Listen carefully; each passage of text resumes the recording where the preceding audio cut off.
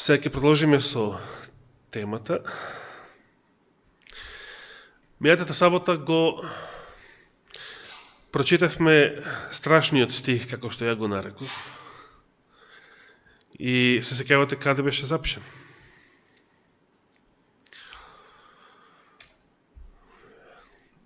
Се сеќава некој?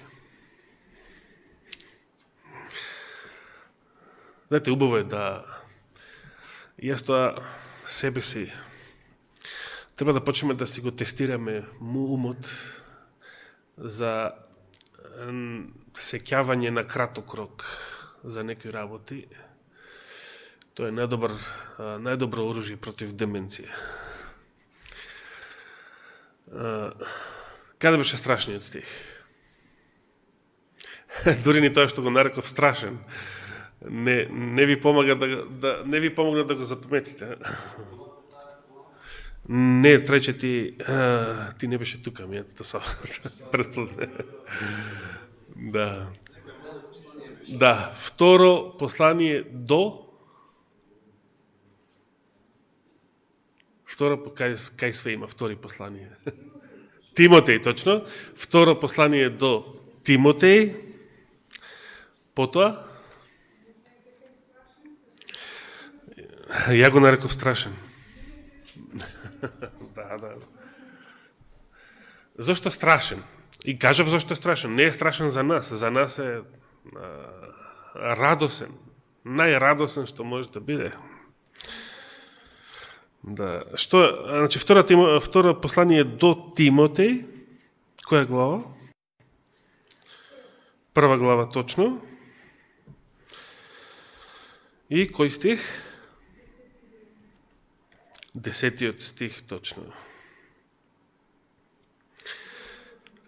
Да. Нема да ги читаме сега сите, но само ќе нагласам реченицата од 10 стих.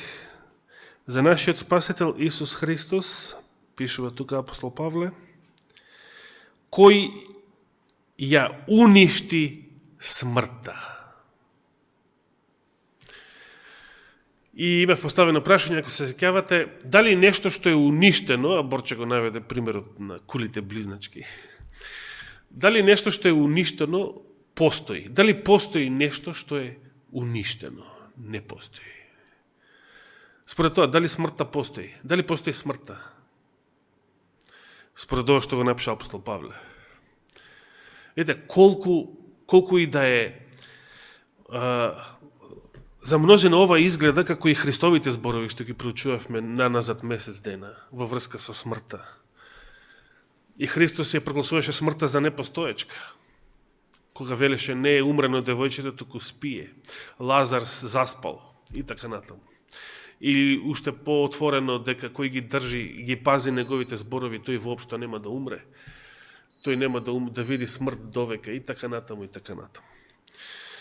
Изгледа како да овие зборови страшно противречат на реалноста во која што живееме, особено реалноста во која што сега не некои постари лица, туку многу млади лица умираат од најразлични болести.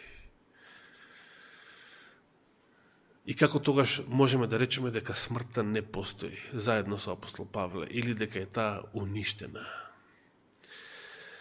Па токму затоа што смртта на телото не е и смрт на душата. Особено за верникот.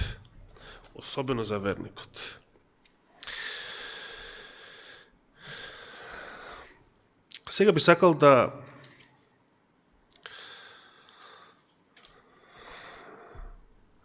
ја насловам денешната проповед.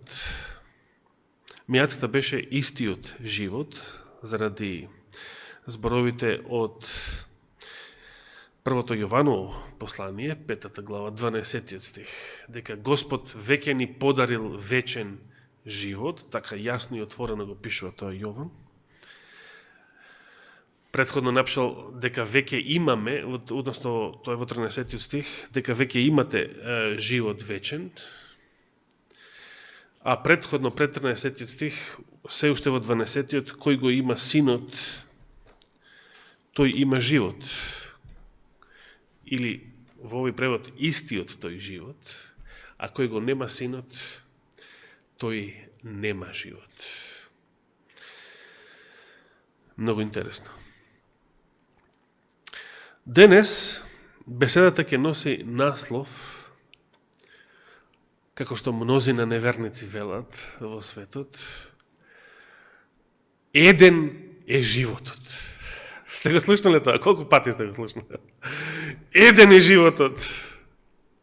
Еднаш се живее. Последен пат го слушнав од Зоран Заев. Некаде на интернет, не знам каде го кажа. Колку пати сте го чуле ова? Еден е животот. Еднаш се живее. Знаете што, кога го велат тоа луѓето во светот, тоа што го велат, суштината на тоа што го велат е точно. Навистина животот е еден. Само која е огромната разлика за верникот во однос на неверникот, кога е во прашање тој еден и ист живот. Што за верникот тој еден живот е бесконечен. Дури смртта на телото не го прекинува тој живот, затоа што смртта на телото за душата е само што? Сон. Од кој што сон, како од многу други во вашето минато, како од последново сабајле, може да се разбудите. Ке се разбудите од тој сон. И ке се разбудат мнозина наши мили и драги кои што се починети, кои што сега не се со нас. Ниту смртта на телото не го прекинува тој еден и ист живот за верните, за оние кои што одлучиле да идат по Христа и назад во светот не се обраќаат. А за жал, за неверниците кои што најмногу го кажуваат тоа, еден е животот или еднаш се живее, за нив и тие така си го толкуваат, тоа едно живење или еден живот е нешто што трае 5 минути и затоа што трае 5 минути треба да го спискаат, што велат србите, во што е можно поголеми задоволства. Па, како што рече Достоевски, ако Бог не постои, све е дозволено. Значи, во таа трка да се освои што повеќе задоволство пред да отиде во ветер и магла нивниот живот, пред да се прокоцка нивниот живот, тука веќе не е ни важно дали постапуваш праведно или неправедно, морално или неморално, туку важно е да течат паричките, како што велеше еден предизборен спот деновиве. Важно е да течат паричките. Значи нема правда, нема морал, нема ништо, односно животот, тој еден живот кој што е ограничен и трае 5 минути за секој неверник е, како што се изрази на времето таткото на брат Гоце, кучешки живот. Неверникот си го сведува сопствениот живот на кучешки живот.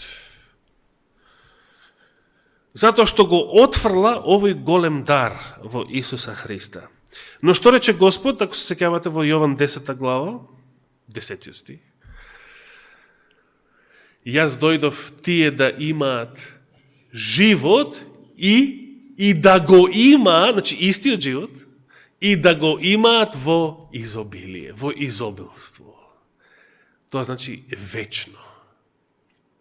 И ако не сте знаеле, они традиционален, многу стар христијански поздрав, еден од тие христијански поздрави и честитки, кој што до ден денес се користи, меѓутоа ден денес, може да речем 99% од тие што го користат, не го разбираат неговото изворно значење, или воопшто не го разбираат што значи, или погрешно го толкуваат. За многу години. Знаете што значи за многу години? Ако прашате денес, ги анкетираме сите скопјани, што значи ова за многу години, кога луѓето, особено за некој празник, така си посакуваат едни на други, што ќе речат луѓето? Па тоа значи да си поживееш најдолго што може на оваа земја и така натаму. Што е можно подолго, и речеме како британска кралица сеја, или како дури ѓаволот Хенри Кисинџер има 94-5 години. И се уште жив, и со умот здрав и така натаму. Но, како христијаните го толкувале, кој е изворното значење на тој израз? Што значи за многу години? Вечен живот. Тоа, значи, христијаните кога велеле за многу години си посакувале еден на друг вечен живот. Тоа многу е она што Христос го нарекува изобилие во тој стих. Значи, вечно. Значи, бесконечно, за секогаш. Не некој краток, ограничен кучешки живот на оваа земја. Или мајмунски, ако сакаат. Веќе мнозина денес се прогласија за потомци на мајмуните и продолжуваат така да веруваат, може да речеме место кучешки и мајмунски живот. Сега се поставува едно битно прашање. Значи, тој живот е еден. Еден и ист. Тој живот еднаш се живее, но за верните, за праведните, за послушните, за спасените, за светиите, како сакате речете, тој е бесконечен. Тој е вечен. Ништо не го прекинува. Ништо не може да го прекине. Се сеќавате на една друга Христова изјава дека ништо што му е нему дадено, значи сите човечки души што му се дадени, ништо од сето тоа нема да загине. Ништо што му е нему дадено, нема да се загуби. Тој нема да го загуби. Епа како тоа кога мнозина умреле? Како тоа ништо нема, од сите оние што му се дадени нему, тој да ги спаси. Ништо нема да може да ги земе од мојата рака, вели на друго место. Сите тие што му се дадени да бидат запазени и сочувани за живот вечен. И како тоа кога мнозина умреле и умираат ден денес, епа Христос ке рече не умреле и не умираат, туку заспале и спијат. А после тоа следи воскресение.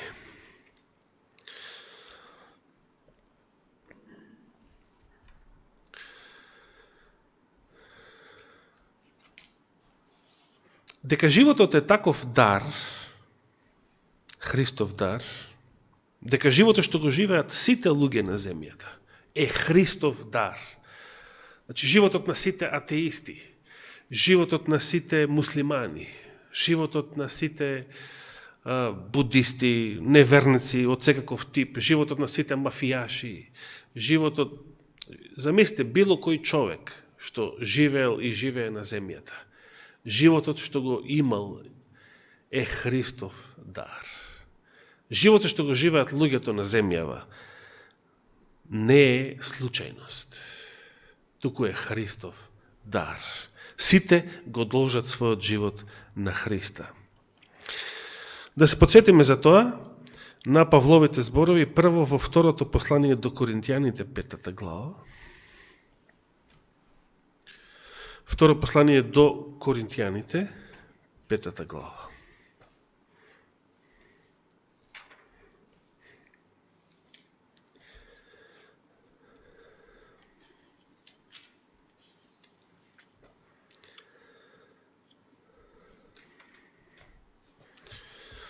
Кој стих ќе го прочитаме? Сакам на нови начин да го вработувам вашиот ум. Да биде активен. Втора послание до Коринтијаните, 5 глава. Што мислите? Кој стих сакам да го прочитам? Како? 4 стих? 4 стих? Први.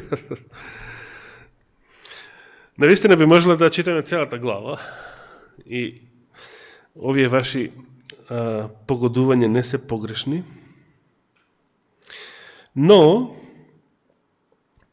ќе го насочам вашето внимание на 14 стих. 14 стих, да се подсетиме. Бидејќи љубовта Христова, вели Павле, не гони да го мислиме ова. Кога еден умрел за сите, тогаш што? Тогаш сите се умрени, вели ови стих, или сите умреле? Малку да застанеме. Кој е овој еден што умрел за сите? Христос, точно. Значи, Христос за кого све умрел? За сите. Кои се тоа сите?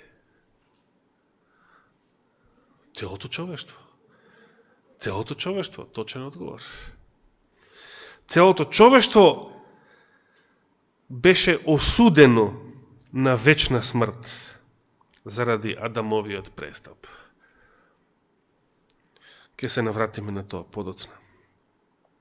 Значи, кога Христос умрел за сите, зашто вели Павле тогаш сите се умрени? Или сите умреле? Оригиналот вели точно сите умреле. Како тоа сите умреле? Значи, тоа е суштината на Евангелието. 15 стих вели, а Христос умре за сите, та живите да живеат не веќе за себе си, туку за оној кој умре за нив и воскресна.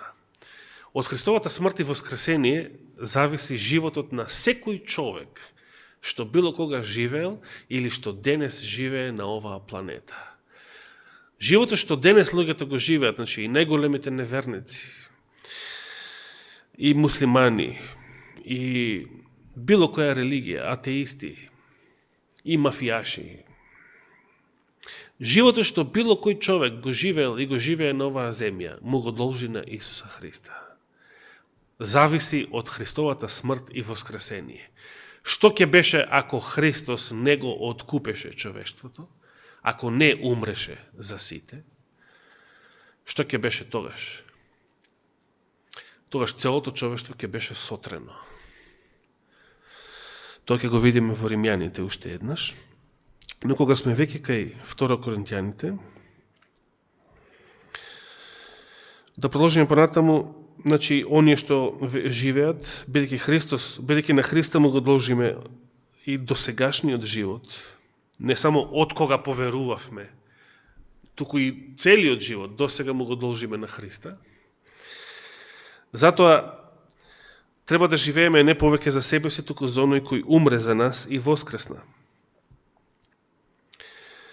Понатаму ги кажа оние познати зборови, и така кој е во Христос, тој е ново создание, старото помина и ете се создаде новото. Тоа веќе се однесува само за верните, бидејќи само тие се во Христа. Тие, значи, го прифаќаат Христа, го прифаќаат Евангелието, го прифаќаат дарот, животот што им е даден на сите, на целото човештво, но само некои го прифаќаат тој дар, дарот на вечниот живот. Бидејќи кога Христос умрел, кога Христос дошол да го откупи светот, дошол, значи, на сите да им даде живот, и не само било како не кучешки или мајмунски живот, туку живот во изобилство, значи дарот на вечниот живот им е даден на сите, но сите не го прифаќаат. Да, сите не го прифаќаат поклонот. Можете некому со сила да му дадете нешто. Сите не го прифаќаат поклонот. Целиот дар, целиот Христос треба да се прифати, што значи вечниот живот, и тоа зависи, тој избор зависи од човечката волја. А да, тоа што сме се родиле, тоа воопшто не зависи од нашата волја. Значи, и затоа што не зависи од нашата волја, затоа тој дар ни е веќе даден, веќе Значи, постоиме и живееме заради Христа, неговата смрт и воскресение, неговата благодат, неговиот откуп. Но сега, дали сакаме тој живот да го имаме за секогаш, или ќе го отфрлиме целиот дар и ќе го загубиме животот, тоа е веќе во зависност од човечката слободна волја. 18 стих од истата глава вели: а се е од Бога, вели Павле, кој не измири со себе преку Христос и ни го даде служењето или службата на тоа измирување, на помирувањето. Како тоа Господ не измири со себе преку Христос? Кого се измерил Господ преку Христос? Кога би го оставили ова прашање, кого се Господ измерил со себе си преку Христос? Што би одговориле ние? Тие што се покаяле, тие што веруваат и така натаму. Но што вели апостол Павле? А и Джон Си Вагонер многу векови подоцна. 19 стих. Зашто Бог го измери светот со себе преку Христос. Видите какви зборови, страшни зборови. Господ го измерил целиот свет со себе преку Христос, не земајки ги предвид престапите на луѓето и го положи во нас словото на тоа измирување, односно на помирувањето. Сега, ако Господ го измерил целиот свет со себе, ако Господ на целиот свет му поклонил живот, и тој живот Господ, значи, не го ограничува, Господ сака тој живот да биде вечен за секого, за сите на кои што им е поклонет, зошто тогаш апостолите треба да го проповедаат Евангелието? Зошто им е дадено словото на тоа измирување, да го проповедаат? Значи, гледате, кога мнозина ќе слушнат дека Господ го дал вечниот живот, го поклонил, го дарот, веќе го дал, цената веќе ја платил за тој пансион, сите да бидат во Новиот Ерусалим, веќе е поднесена жртвата, и мнозина некако интуитивно ќе помислат, тоа значи дека сите ќе се спасат, или тоа значи дека ако сега имаш вечен живот, како да не можеш да го загубиш. Не е тоа. Значи, што ви вели Јован? Вие сега живеете вечен живот. Сега живеете вечен живот. Верувајќи во Исуса Христа, имајќи го во себе Исуса Христа, вие сега живеете вечен живот. Значи ли тоа дека вие сите ќе бидете спасени?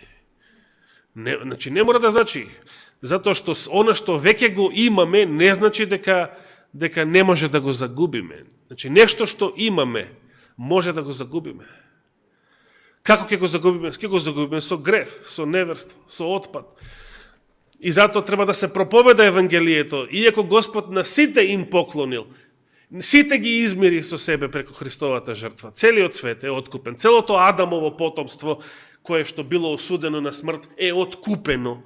Целото со Христовата жртва. Мнозина гинат, го губат тој живот заради грев, заради неверство, заради неморал, значи кршење, неморал значи кршење на Божиот морален закон, на 10 заповеди и многу повеќе од тоа. И затоа треба на луѓето да им се пренесе оваа информација, дека животот што го имаат го должат на Христа, а тоа што Христос го даде со својата жртва е вечно. Радосната вест, имате вечен живот, немојте да го загубите, покајте се од своите гревови, живејте од сега натаму за Христа, а не за себе си. Тоа е пораката на Евангелието. Понатаму, 20 стих, па така, ние сме Христови пратеници, вели Павле за себе и другите апостоли, како Бог да зборува преку нас. Ве молиме во името на Христос, помирете се со Бога. Зошто апостол Павле сега ги повикува и христијаните, и сите, и неверниците на кои што првпат им проповеда, кои што првпат го слушаат Евангелието? Зошто ги повикува да се помират со Бога? Па нели пред тоа рече дека Господ го измери целиот свет со себе? Зошто сега треба сите ние да се помириме поединечно со Бога? Значи, кога Господ го измирил целиот свет со себе преку Христовата жртва на крстот, тоа не значи дека автоматски сите луѓе во светот се спасени и гарантирано име спасение и живот вечен, без никаков услов. Значи, се до сега беше точно. Ако речеме дека е без услов, безусловно, тоа што е погрешно. Туку сега таа информација, наречена Евангелие, радосна вест, секој поединечно треба да ја прифати. Значи, треба да ја прифатам сега таа реалност во Христа и поединечно да се измирам. Значи, ја треба да возвратам на таа љубов. Поединечно да се измирам со Бога, а тој веќе го измери целиот свет со себе. Значи, веќе Адамовото потомство ќе биде спасено, човештвото што потекнува од Адам и Ева ќе биде спасено и ќе живее на новата земја, но дали јас ќе бидам таму, дали јас ќе бидам дел од тоа, тоа е друго прашање. Значи, јас треба лично да се покајам, лично да се измирам со Бога, прифаќајќи ја со вера таа информација, дека Христос умрел за да им даде живот на сите, и дека Господ преку Него и Неговата жртва го измирил целиот свет со себе, целото Адамово човештво. Да го почитаме тоа истото и во Римјаните 5 глава. Значи, имајте секогаш на ум дека нешто што имате, што веќе го имате, може да го загубите. Евангелието не значи еднаш спасен за секогаш спасен. Нешто што имаме, дури и вечниот живот, бидејќи било што имаме, може да го загубиме, така ли? Било што имаме, може да го загубиме. Телефон што го имате, може ли да го загубите? Лаптопот што го имате, може ли да го загубите? Црква што имаме, може ли да загубиме? Не само за 2,5 месеци да не одиме во црква, туку да дојде ден кога веќе никогаш нема да стапнеме во црква. Од тој ден па натаму се до новиот Ерусалим. Се до небесниот храм. Но замислете, ќе дојде ден кога никогаш повеќе нема да стапнеме во оваа црква. И патем речно, тоа нема да биде нешто страшно. Немате да го доживеете како нешто страшно, бидејќи ако сте верни до крај, ве чека храмот во новиот Ерусалим. Ви чека нешто пославно и поголемо и од Соломоновиот храм, и од Света Софија, околу која сега се дигна гужва заради Ердоган. Ве чека нешто многу пославно од било која земска градба овде на оваа планета. Римјаните 5 глава. Што пишува тука апостол Павле? Кои стихови сега би ги посочиле вие на оваа тема? Ако отворите во Римјаните 5 глава, кои стихови ви ги... Добро, мило ми е што 8 стих боде очи, бидејќи 8 стих е многу силен. Може би не најстрашен, но многу силен. Што вели 8 стих? Римјаните 5 глава, 8 стих. Но Бог ја докажа љубовта своја кон нас со тоа што Христос умре за нас уште додека бевме грешни или грешници. Значи, Христос не чекал прво да се покаете, прво да види колку мина и дали се исплати да умира за нас и колку мина ќе се покаят. Ете, имаше на времето, сега веќе пред 30 на години, кога бев во средно училиште, затоа отидам до школа, понекогаш фаќавме така наречени чартер летови од Битпазар. Сега ќе ви обяснам што значише чартер лет во нашиот средношколски јазик. Значи, ако не ви доаѓа 45-ка или 50-ка за домаđари, или ако доцните, малку подоцна сте искочили од дома, тогаш на Битпазар се фаќа чартерлет. Под чартерлет се нарекува оние селски автобуси, линии, приградски се нарекуваат. Тогаш ги нарекувавме селски. кој што од Битпазар следната станица е Хотел Континентал и следната станица е училиште. Помеѓу тие две станици не се стоеш. Односно, ако се сеќавате вие по старите, имаше и кондуктери, кој што потоа веднаш летна од работа како технолошки вишок. Значи, има шофер напред што вози, а има кондуктор позади што продава, односно цвика, картички, билети и така натаму. И сега, што случуваше? Ако на некоја станица некој сака да се симне, не само што требаше да тропа и да се дере мајсторе за излаз, така на скопско-српски, туку тие што сакаат да излезат од автобус, треба да бидат мнозинство за да застане автобусот и да се отвори вратата. Значи, ако сте малцинство кој што нема да застане автобус, значи, се бараше мнозинство за да застане автобусот. Инако кондукторот века, мајсторе вози, нема стоење овдека. И тоа беше толку познат феномен, што имаше ученици кои што сакајќи да ескивираат, ако од прв час, ако се паѓаше некој непожелен час да биде првиот баш, тогаш беше згодно да се закасни многу или воопшто да не се појавиш на првиот час со изговорот дека не ми застана автобусот, ме однесе во село. Тоа го кажува ученици. Значи, дури кога лаже, кога тоа не беше вистина во моментов, сепак тоа го кажува, бидејќи тоа беше згоден изговор. Сите знаевме дека навистина така постапуваат во селските автобуси. Па Христос, ова е малку комично, меѓутоа Христос не е таков. Христос не чекал да види, чекај да видам сега колкумина ќе ја прифатат оваа моја жртва, колкумина ќе се спасат, па ако се некое мнозинство, ај вреди да се жртвувам, иначе за оваа стока не вреди да се жртвуваш. Така размислува Христос? Не.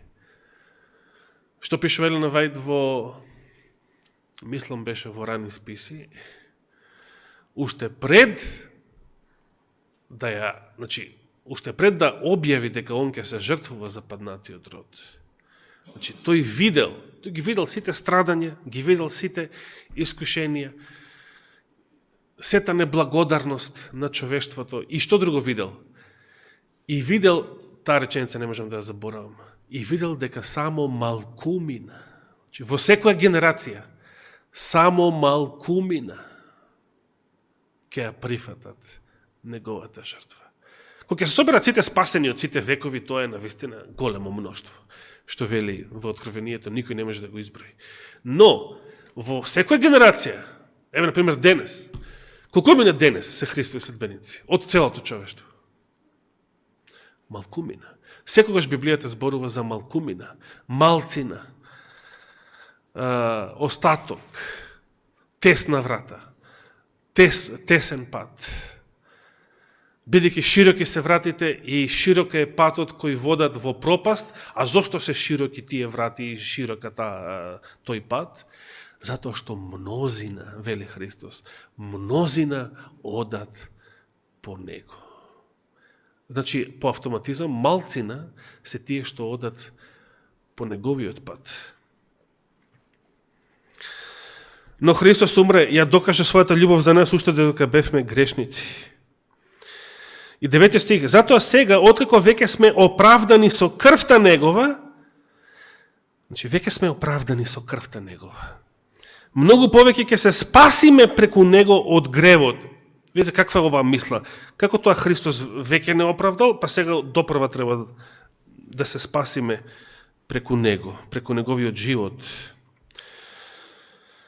Тој ќе развие оваа мисла. 10 стих, видите што вели. Зашто ако се помиривме со Бога преку смртта, видите, ова помирување со Бога е она, Бог го помири светот, целиот свет со себе, од коринтијаните. Преку смртта, ние сме веќе помирени со Бога преку смртта, затоа што Бог веќе преку Христовата смрт не помирил, а тоа значи целиот свет. Христовата смрт не зависела од нашата волја. Значи, ако сме веќе оправдани и помирени преку крвта негова, преку смртта на неговиот син, вели 10 стих, уште додека бевме непријатели, еве таа мисла. Значи, кога бевме непријатели, неверници, бунтовници, ние веќе бевме оправдани и помирени со Бога преку Христовата смрт. Како тоа? Па така фино, затоа што Господ тоа што го направил Христос на крстот, го направил за целиот свет, за целото Адамово човештво. Но тоа не дека сите ќе бидеме спасени, значи сега допрва, уште додека бевме непријатели, бевме помирени и оправдани со Христовата смрт, но сега тогаш уште повеќе ќе се спасиме преку неговиот живот, откако сме се помириле. Сега, значи, треба поединечно да ја прифатиме таа жртва, за да бидеме спасени, односно за да тој живот што ни е даден, биде бесконечен, биде изобилен, биде за многу години. Го разбирате ово до сега? 11 стих. А освен тоа и се фалиме со Бога преку нашиот Господ Исус Христос, преку кого добивме сега помирување. Павле се гордее, се фали не со себе си, не со своето знаење, не со своите титули, не со својата позиција, како некогашен член на Синедрионот. Се фали со Христа. Вика, се друго за мене стана трици. Се фалам со Христа. Се фалам со крстот. Затоа што тој, крстот, Христос и неговата жртва ни дадоа живот. Не помирија со Бога. Заради тоа постоиме. И тој дар Господ го дал на сите и со намера тој да биде бесконечен, за секогаш, вечен. 12. Затоа, како што гревот влезе во светот преку кого? Преку еден човек, вели 12 стих. Кој е тој еден човек преку кого влегол гревот во светот? Адам. Значи, како што гревот влезе во светот преку еден човек, а преку гревот смртта, така? Значи, смртта влезе во светот преку еден човек. По таков начин, и смртта премине на сите луѓе преку еден човек, зашто сите сгрешија. Што значи сега ова? Како тоа смртта премине на сите луѓе преку еден човек?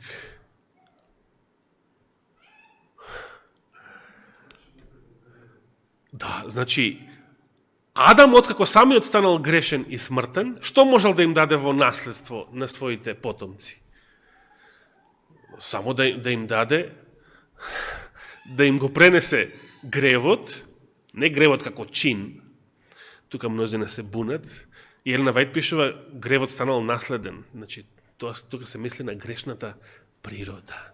Значи, Адам го дал паднатиот Адам го дава во наследство на своите потомци, ја дава својата грешна природа.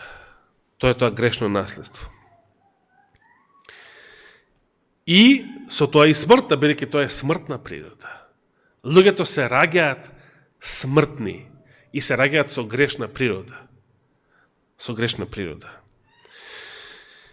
И се кога Павле вели сите сгрешија, мисли на тоа, кога луѓето се раѓаат смртни и со грешна природа, ако не доживеат сила, ново раѓање од озгора, свет дух, благодат, значи, единствено што може да направат кога ќе потпораснат доволно е да грешат.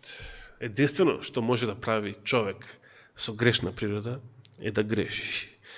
Без Божјата благодат. Кога Господ ќе го препороди човекот, тога што се случува? Тогаш тој што е во Христа е ново создание. И тогаш, колку што беше лесно да се греши под законот, како грешник со грешна природа, за новородениот човек е лесно да се прави добро, бидејќи таква е неговата нова природа, што ја дава Светиот Дух, Божјата благодат. 13 стих. Навистина и порано уште пред законот имаше грев во светот, Значи пред Мојсей, пред Синај имаше грев во светот? Се разбира дека имаше, и тоа е еден куп гревови. Господ уништуваше цел еден свет со потоп и Содом и Гомор со оган заради гревови, и тоа заради гнасни гревови. Зашто и пред законот имаше грев во светот, но гревот како таков не може да се прифати кога нема закон. Со други зборови, безбожниците кога прават грев, пример ние атеистите од бивша Југославија, ние тоа сме го правиле како нешто најнормално. Не сме биле просветлени од законот, од Божјата реч, ништо, нула. Сме мислели дека така треба, тоа е нормално и така натаму. Така мислели и паганите, кога апостолите прв пат им ја проповедале речта Божја. И 14 стих вели: а сепак смртта царуваше уште од Адам па се до Мојсей, како што и гревот царуваше во сите тие генерации пред Синај, и над оние што не погрешија според престапот на Адам. Значи, еден куп генерации после Адама живеја и си грешеа не како Адам. Адам сгреши просветлен. Адам знаеше што е грев. Беше просветлен од Божјото Слово, од Божјиот закон. Имаше закон, заповед конкретна, од која што зависеше дали ќе умре или ќе продолжи да живее бесконечен живот. Но кога веќе се раѓаат луѓето смртни и грешни заради тој прв негов грев, имале, немале закон, тие знаат само да грешат. И сега 15-тиот. Но со дарот, тука почнува апостол Павле да зборува за дарот, но со дарот не е исто како и со престапот. Зашто ако поради престапот на еден изумреа мнозина, тогаш Божјата благодат и дарот преку благодатта на еден човек, Исус Христос, во многу поголемо изобилство ќе се излее врз мнозина. И сега 16-тиот. Истата мисла ја развива. А тој дар е сосема поинаков од гревот на едниот што погрешил, зашто осудата за еден престап води кон осудување, а дарот од многу престапи кон оправдување. Значи, беше доволен само еден грев, само Адамовиот прв грев, за да биде осудено целото човештво. Зошто? Ова не значи дека се пренесува вината на Адамовиот грев кај секој негов потомок, како што погрешно учел Августин. И мнозина денес веруваат, милиони, така погрешно. Ова значи дека ако Адам умреше за својот грев, тогаш целото човештво навистина ќе беше осудено на вечна смрт. Никој немаше да се роди. Ако Адам беше погубен, како што гласеше заповедта, како гласеше заповедта? Во оној ден, ето ова прашање и ден денес за мнозина е тешко да се одговори. Зошто Господ во Битие 2.17 му рече на Адама: во оној ден кога ќе вкусиш од тој плод, што? Ќе умреш, со смрт ќе умреш. Кога Адам, оној ден кога вкусил од тој плод, дали умрел? Знаете, ова прашање е многу тешко за одговарање за мнозина христијани и мнозина велат: па да, умрел затоа што се мисли на духовна смрт, тогаш бил одвоен од Бога и така натаму, и така натаму. Вечна смрт. Меѓутоа, сето тоа е точно, но сепак не ја погодува во срж мислата на зошто Адам не умрел. Например, и за Христа велиме дека умрел со вечната смрт, токму затоа за да го откупи човештвото од тоа проклество. Значи, таа смрт не е само одвојување од Бога, треба и навистина и телесно да умре. Не било доволно Христос да го спаси светот само со тоа што, почнувајќи од Гециманија, ќе ја пие чашата на сето проклество за сите гревови. Тоа одвојување од лицето на Отецот, таа страшна агонија, ама без да умре телото. Дали Христос ќе не откупеше, ако ја поминеше целата таа агонија, целото тоа проклество во својата душа, заради гревовите наши, одвоен од лицето Божјо, викајки дури и на крстот, зошто ме остави, зошто ме остави. Ама без да умре телото, физички, без да умреше физички.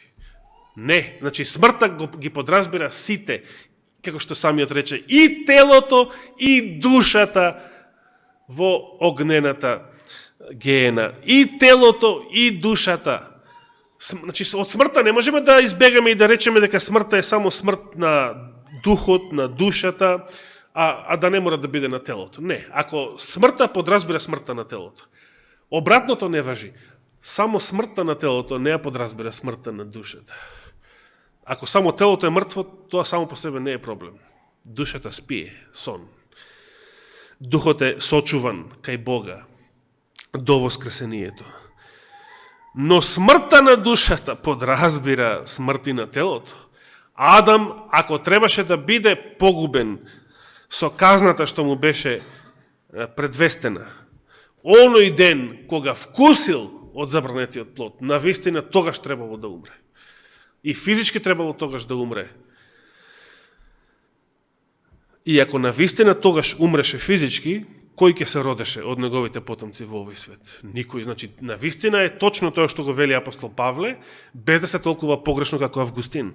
Дека со гревот на еден човек дојде осудата. Беше осудено целото човештво. 17 стих. Истата мисла.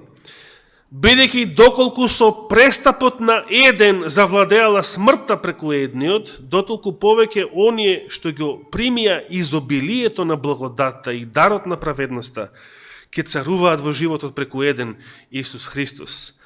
И сега златниот 18 стих.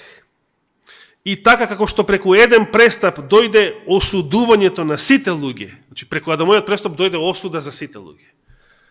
Сите ќе беа погубени и сотрени, ако Адам беше погубен и убиен, екзекутиран за неговиот грев. Така и преку праведното дело на еден дојде врз сите луѓе оправданието кое дава живот. Врз колку луѓе дошло оправданието кое што дава живот? Апостол Павле вели врз сите луѓе. Тоа е она што Джонс и Вагонер го нагласија во Христовото и Павловото Евангелие и заради тоа беа отфрлени. И денес мнозина адвентисти го отфрлаат ова Евангелие заради овие универзални, објективни елементи во него. 19-тиот. Зашто како што преку непослушноста на еден човек мнозина станаа грешни, така исто и преку послушноста на еден мнозина ќе станат праведни. И последниот 21 стих, нека биде и 20-тиот, а при тоа дојде и законот за да се наголеми престапот, значи од Синај навам уште повеќе се намножува престапот, таа мисла ја среќавам и во Галатјаните 3 глава, каде што пак се намножи гревот, таму благодата се јавува во голема изобилност, така како што гревот завладеал со смртта, така и благодата да завладее преку праведноста за живот вечен, преку Исус Христос, нашиот Господ. И дури потоа пак вели, за да не биде погрешно сватен, што пак ќе речеме, ќе останеме ли во гревот, за да се наголеми благодата, се разбира не, никако.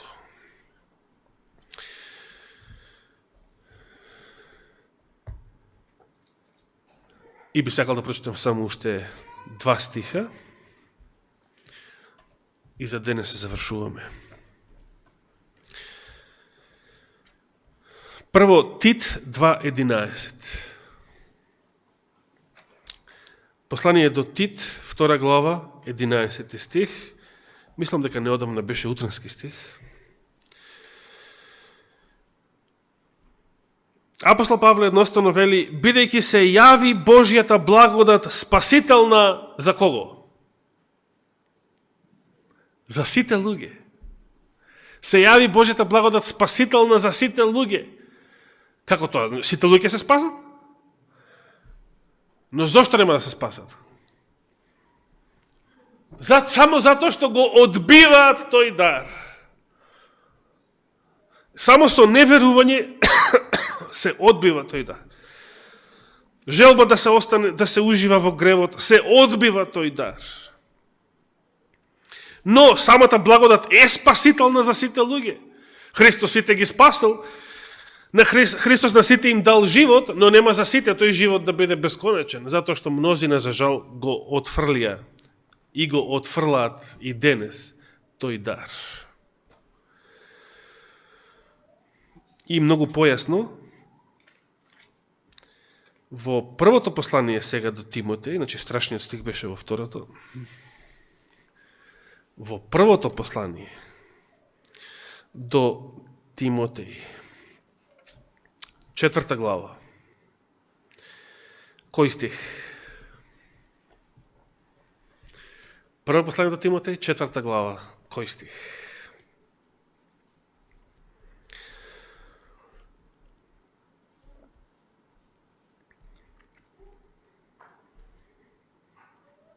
Се сеќавате, мислам, и ова беше скоро утренски стих. Во 7 се вели од нечисти и од бабски приказни. И тоа беше во Тит, јудејски бајки.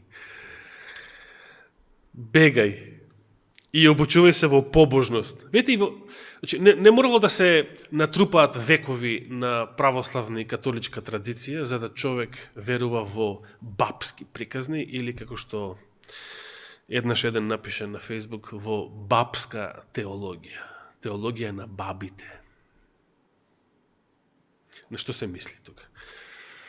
На најразлични суеверија. На што мисли апостол Павле? Зошто бабски приказни? Што раскажуваат бабите на своите деца? Приказни. Сега, како денес, што може да најдеме и во православието, и во католицизмот, еден куп приказни.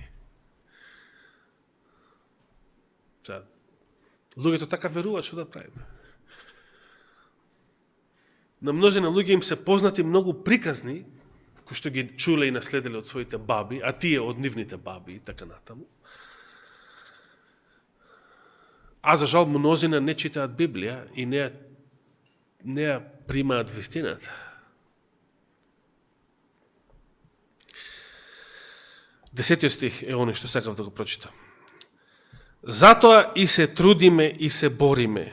Че видите, христијанскиот живот никогаш не го исклучува трудот и борбата. Значи, Евангелието не треба да се свати, не може да се свати така паушално. Христос сите не откупи, сите не спаси и сега шо? И сега готова, завршена работа. Како готово? Се уште сме во војна. Додека дишаме, се уште сме во војна. Се уште треба да се бориме, да се трудиме против искушенијата. Но Джонс напиша дека во животот под благодатта, за разлика од животот под законот, во животот под благодатта, сите борби, напори, сиот труд стануваат победнички борби и победнички напори. Значи, трудот и напорите постојат и сега, и секогаш, и понатаму, додека постои војната, додека сме во војна. Но под благодатта тие напори и тој труд, тие борби се победнички напори и победнички труд. Затоа и се трудиме и се бориме, зашто се надеваме на живиот Бог кој е спасител на колку луѓе. Апостол Павле вели дека Исус Христос е спасител на сите луѓе, а посебно на оние кои веруваат. Значи, сите луѓе до сегашниот живот му го должат на Исуса Христа, на неговата смрт и воскресение. А посебно на оние кои веруваат, бидејќи за оние кои веруваат, оние кои прифаќаат дарот, за нив тој живот е бесконечен во сета вечност. Нека му е фала и слава вечно. Амин. Оче наш, ти благодариме за денешниот прекрасен саботен ден, за денешнава прекрасна служба. Ти благодариме за сите Твои прекрасни благослови што сме ги примиле. Ти благодариме за животот кој што Тебе ти го должиме преку жртвата на Твојот возлюбен Син. Ти благодариме за дарот, за радосната вест, која што некогаш допрела до нас, дека тој дар е вечен, дека овој живот што го живееме, за сите луѓе, ти сакаш и си дал да биде вечен. Го прифаќаме, Господи, ние тој дар и сакаме и множина други да го прифатат, да се покајат. Те молиме дури и за министерот Војо Михајловски, поранешниот, кој што деноиве слушнав дека полудел и дека сакал да се самоубие. Мнозина луѓе сгрешија, направија големи гревови. Не само затоа што тогаш беше нападната нашата сестра. И мнозина твои деца секаде во светот. Но те молиме многу вакви луѓе кои што сгрешија, кои што ги извалкаа своите раце, кои што и ден денес дишат се уште и се во опасност да го загубат вечниот живот. Те молиме да се покајат. Те молиме дај ни љубов кон сите оние кои што ние ги познаваме и можеме да допреме до нив, за да се спасат. Ти благодариме, Господи, за Твоите напори, за сите Твои благослови, за сета Твоја жртва поднесена заради нашето спасение. Те молиме посебно за нашите болни и немокни, сестра Мимица, брат Стојан, за сестра Стевка. Те молиме уште еднаш за пасторите Михајло, Раде и Дехран, кои што многу ти благодариме што ја вослиши нашата молитва минатата сабота и Дехран е многу подобар последниве денови.